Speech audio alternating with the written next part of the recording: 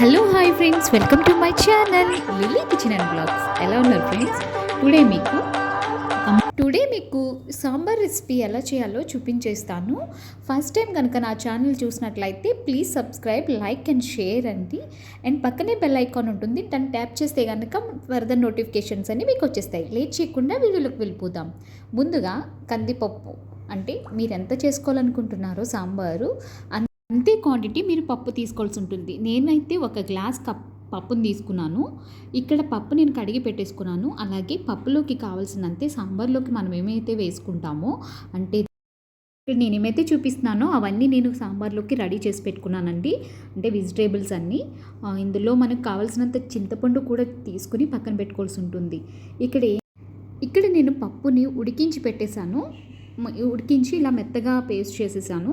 ఇక్కడ ఏంటంటే వెజిటేబుల్స్ కూడా మనం ఒకసారి ఉడికించవలసి ఉంటుంది కాబట్టి ఇవి కూడా వెజిటేబుల్స్ అన్నీ కూడా నేను ఒక్కసారి కుక్కర్లో పెట్టేసి 2 విజిల్స్ వచ్చే వరకు వేసాను. అంటే అన్నిటిని నేను యాడ్ చేసేసానండి ఇందులో. అలాగే పసుపు అండ్ సాల్ట్ కూడా యాడ్ చేసి ఇక్కడ అన్నీ ఒక్కసారి నేను గరిటెతో కలుపుకుని స్టవ్ మీద పెట్టుకోవాలి. వెజిటేబుల్స్ ఏమేమి తీసుకున్నానో మీరు చూసారు కదా, అన్ని వెజిటేబుల్స్ వేసుకోవచ్చు. ఇంకా నచ్చిన వాళ్ళు ఇంకా యాడ్ చేసుకోవచ్చు.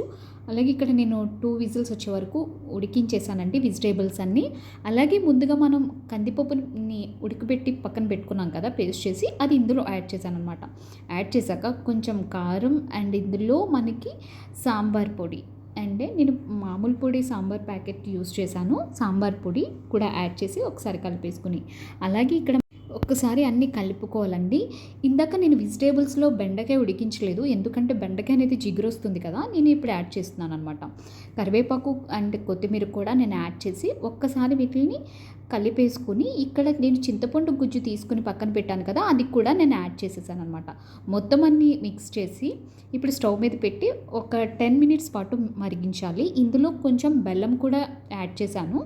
సో మీరు బెల్లం కొంచెం తీయగా కావాలి అనుకుంటే కొంచెం బెల్లం యాడ్ చేసుకోండి. కొంతమంది వేస్తారు, కొంతమంది అయితే, నేనైతే యాడ్ చేశాను.